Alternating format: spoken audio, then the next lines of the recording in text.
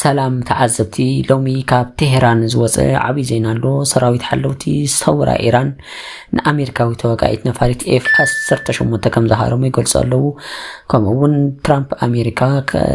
ኢራን ከም ተስማምዐትን ንኡ ዝኾን ስጦታውን ከም ዝለኣኸትሉ ተዛረበ እንትኸውን ነገር ግን ኢራናውያን እዚ ሓሶት ይክብሉ ቃል ሂቦም ኣለዉ እዝን ካልኦትን ዝርዝር ዜና ሒዝናልኩም ቀሪባና ኣላ ምሳና ጽንሑ ኣብ ማእኸላይ ምብራቕ ሓድሽ ምዕባለ ፕሬዚደንት ትራምፕ ኢራን ዓብይ ሂጃብ ሂባትና ክብሉ ከለዉ ሰራዊት ኢራን ግን ኣሜሪካ ምስ ገዛ ርእሳ እያ ትዛረብ ዘላ ብምባል የላገጹ ኣለዉ ብሓቂ ኣብቲ ምስጢራዊ ድርድር እንታይ ፈጸመሎ ኢራን ተንበርኪኻ ድያ ወይስ እዚ ናይ ትራምፕ ስትራቴጂ ጥራሕ እዩ ሎሚ ዝርዝር ሒዝና ቀሪብና ኣለና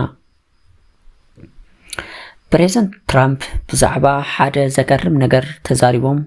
ኢራን ንኣሜሪካ ኣዝዩ ክቡር ዝኾነ ህያብ ከም ዝሃበታ ገሊጾም እቲ ህያብ እንታይ ምዃኑ ብንጹር እኳ እንተዘይተዛረቡ ምስቲ ንዓለማዊ ቁጠባ ወሳኒ ዝኾነ መተሓላለፊ ባሕሪ ሄርሙዝ ስትሬት ኦፍ ሄርሙዝ ከምኡውን ምስ ነዳድን ጋዝን ተኣሳሰረ ምዃኑ ግን ግምቶም ኣሚቶም ኣለዉ ትራምፕ ወገኖም ኢራን ተዳኺማ እያ ይብሉ ሰራዊት ባሕሪ የብሎምን ሓይሊ ኣየር የብሎምን መራሕቶም እኳ ተወዲኦም እዮም ይብሉ ብተወሳኺ ኢራን ነቲ ናይ ኒኩለር መደባታ ተሓርጉ ከም ተስማምዐት እዩ ዝንገር ዘሎ እዚ ሓቂ ድዩ ወይስ ፀቕጥን ምፍጣር ዝተባሃለ ኢራን ግን ነዚ ዘረባታት ኣይተቐበለቶን ሰራዊት ኢራን ኣሜሪካ ምስ ገዛ ርእሳ እያ ትዛረብ ዘላ ብምባል ነቲ ድርድር የቃልልዎ ከማና ዝበለ ሓያል ሰብ ምስ ከማኹም ዝበለ ኣይስማማዕን ብምባል ድማ ትራምፕ ምላሽ ሂቦም ኣለዉ ንትራምፕ ምላሽ ሂቦም ኣለዉ እንተኾነ ግን ጸላእቲ ዘይኮኑ መራኸቢ